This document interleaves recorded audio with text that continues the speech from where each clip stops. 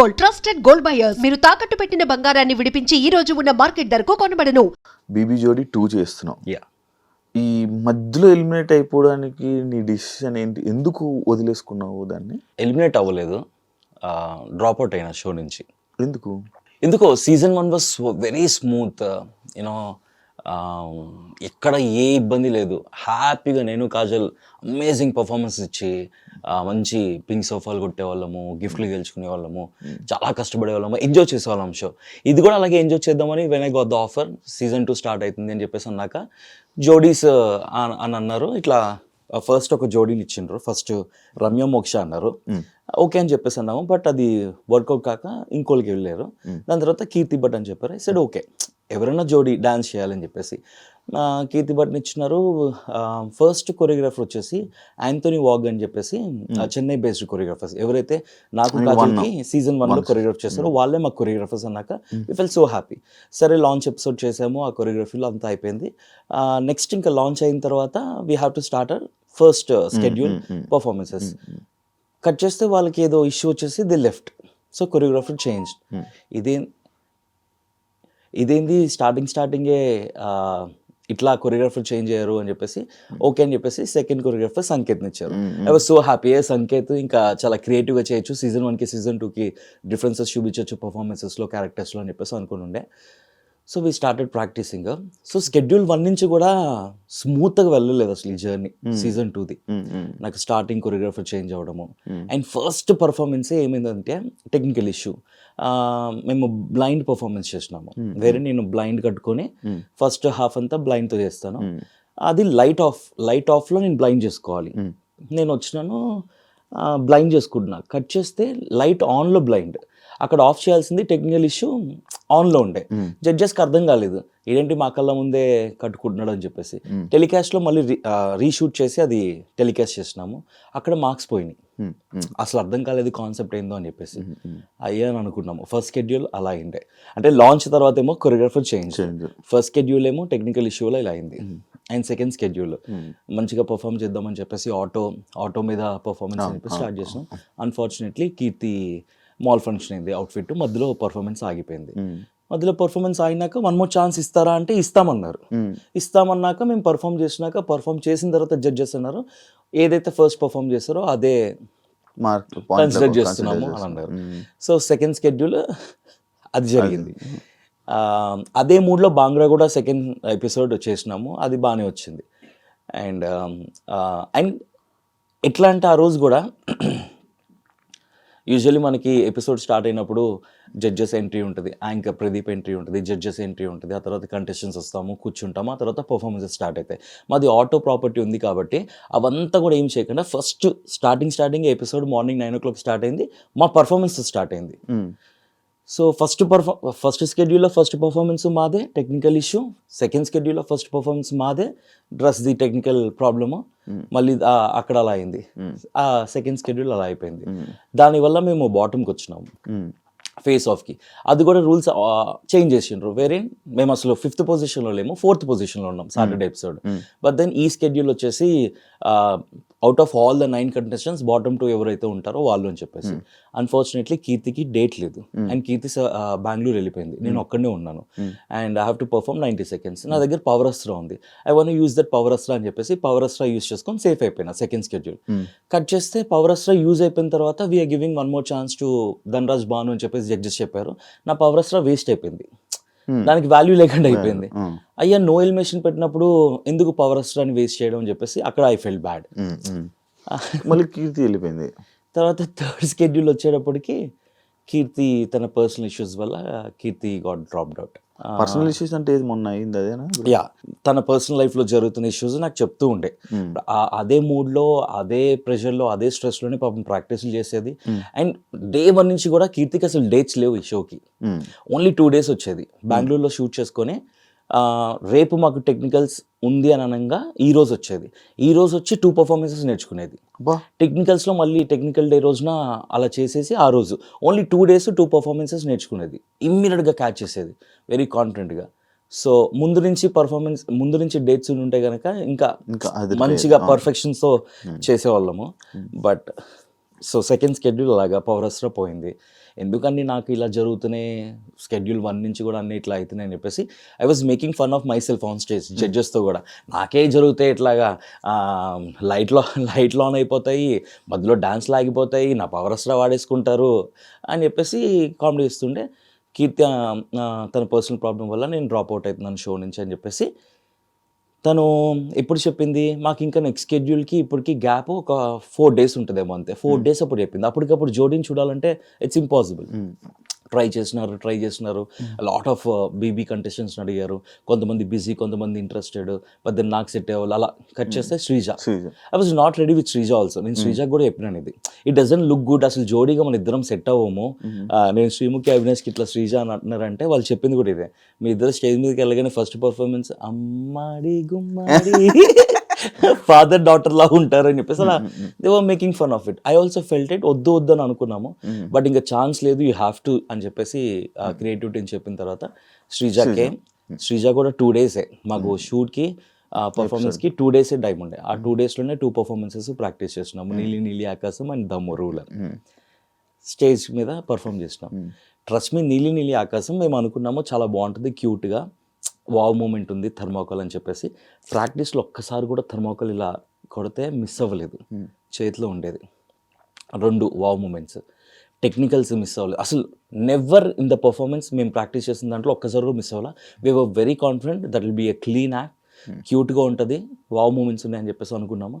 Cut చేస్తే stage మీద ఇట్లా థర్మాకోల్ కొట్టగానే ఇదే ఇటువైపు ఎగిరిపోయింది, ఇంకోటి అటువైపు ఎగిరిపోయింది. దీనివల్ల బ్యాక్ సైడ్ ఫ్యాన్ ఆన్ ఉంది, అక్కడ జడ్జెస్ ఏసీ ఆన్ ఉంది. They forgot technical problem. I can't complaint, ఇవన్నీ బ్యాక్ ఎండ్లో జరుగుతుంటాయి. ఐ ఫెల్ట్ ఓకే, ఇది కూడా ఇట్లా అయింది, అన్నీ నాకే అవుతున్నాయి, అన్ని టెక్నికల్ ఇష్యూస్, ఏదో ఒక ప్రాబ్లమ్, పర్ఫార్మెన్స్ ఏది స్మూత్గా రావట్లేదు అని చెప్పేసి. అన్ఫార్చునేట్లీ జస్ట్ 2 marksతో మేము ఆ షెడ్యూల్ బాటమ్కి వచ్చినాము. రీతు పవన్ వాళ్ళకి 136 అనుకుంటా, మాకు 134 ఎంతో, 2 ఎగ్జాక్ట్గా స్కోర్ గుర్తులేదు. 2 points డిఫరెన్స్తో బాటమ్కి వచ్చినాం.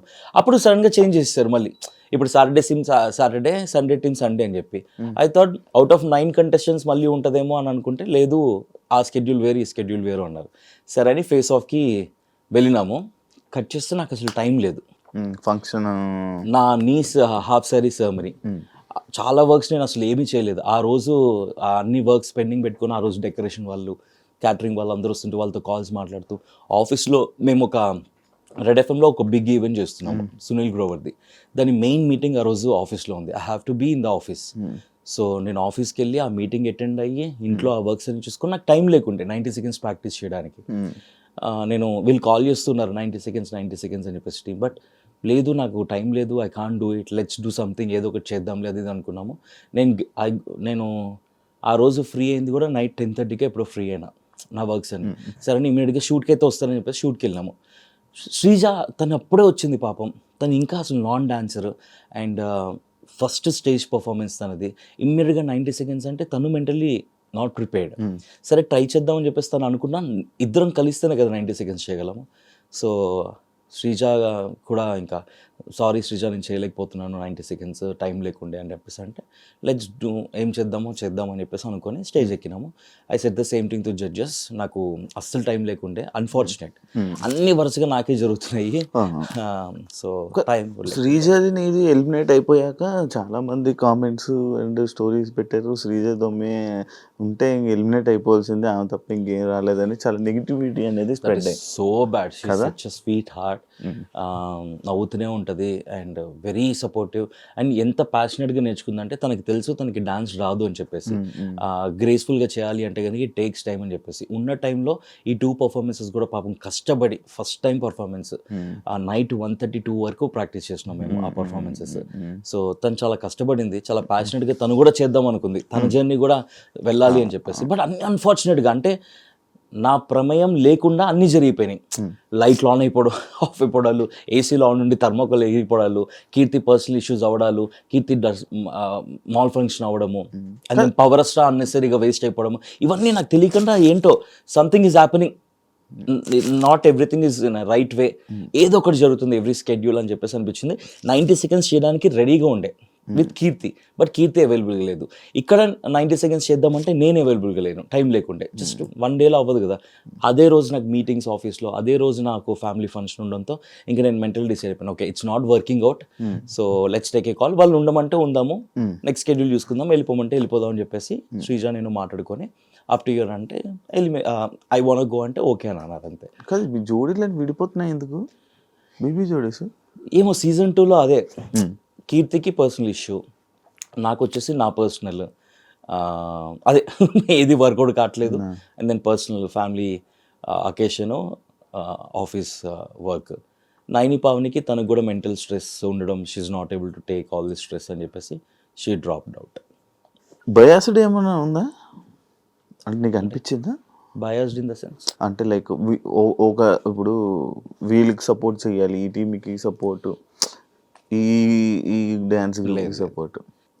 చాలా షోస్ అన్ని నేను ఎన్నో ఇయర్స్ నుంచి చూస్తున్నాను కదా. ఎందుకంటే కింద మొత్తం మ్యాక్స్ షో స్టార్ట్ అవ్వగానే అమర్ మన మానస్ విన్నర్ అని చెప్పి కామెంట్ స్టార్ట్. బికాస్ మానస్కి అమర్కి dances, they are professional dances వాళ్ళ జోడీస్. నైనిక ఇంకా సృష్టి ఇద్దరు అమేజింగ్ డాన్సెస్. అది అసలు మీకు డ్యాన్స్ రాదు, నాన్ డాన్సెస్ వాళ్ళందరూ డాన్సర్లు ప్లస్ మాస్టర్స్, వారు కొరియోగ్రాఫర్లతో పాల్గొచ్చారు. మరి అప్పుడు అనిపించలేదా నీకు అది? మరి ఇదే కదా బయాసుడు కానీ ఇది కానీ. కాంపిటీషన్ అంటే మనీ, ఇప్పుడు డబ్బులు ఉంటాయి, 10 లక్షలు 15 లక్షలు మనీ ఉంది. You have to be a sport. నీ ముందు ఎవరున్నా కూడా you have to give your best. ఇప్పుడు నైనిక అమర్దీప్ చేసిన పర్ఫార్మెన్సెస్ అన్ని ది బెస్ట్ ఉండవు, నేను చేసిన పర్ఫార్మెన్సెస్ అన్ని అట్టర్ ఫ్లాప్ ఉండవు. కొన్ని బెస్ట్ ఉంటాయి, కొన్ని ఫ్లాప్లు ఉంటాయి. వాళ్ళ దాంట్లో కూడా బెస్ట్ ఉంటాయి, ఫ్లాప్ ఉంటాయి. సో వాళ్ళ దాంట్లో కూడా కొన్ని మిస్ అయినవి ఉన్నాయి, ఎనర్జీ డ్రాప్ అవడం కానీ, వాళ్ళ ప్రాపర్టీ మిస్ అవ్వడం కానీ అట్లాగా. So yeah, it's a competition అంతే.